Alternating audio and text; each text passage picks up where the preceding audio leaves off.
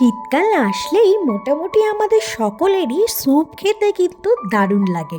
আজকে একদম সুন্দর এবং সহজভাবে পুরোপুরি রেস্টুরেন্টের স্বাদে বাড়িতেই বানিয়ে নিচ্ছিলাম চিকেন স্যুপ।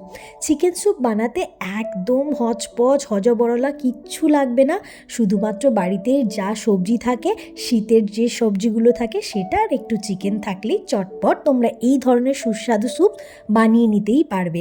আমি যেভাবে বানালাম তোমরাও একবার এইভাবে বানিয়ে খেয়ে দেখো, আমাকে কমেন্ট করে জানিও যে সত্যি এটা কেমন খেতে হয়। আমার তো দারুণ লেগেছিল। প্রথমেই একটা বাটি নেব, যেই বাটিটায় আমি স্যুপটা বানাবো সেই বাটির মধ্যেই 1 চামচ বাটার, একটু সাদা তেল মানে 2 চামচ মতন সাদা তেল, আর সঙ্গে 2-4টে গোটা গোলমরিচ ছড়িয়ে ভালো করে একটু গরম হয়ে আসলেই তার মধ্যে আমি ধোয়া চিকেনগুলোকে দিয়ে বেশ ভালো করে নেড়ে নেব। চিকেনটা ভাজা হয়ে প্রায় একটু ব্রাউন ব্রাউন কালার হয়ে আসলেই ওর মধ্যে আমি 1 চামচ আদা আর রসুন গ্রেট করে দিয়ে দেব, সঙ্গে দেব 2টো পেঁয়াজ মিডিয়াম সাইজের কুচোনো, দিয়ে ভালো করে নাড়িয়ে চাড়িয়ে।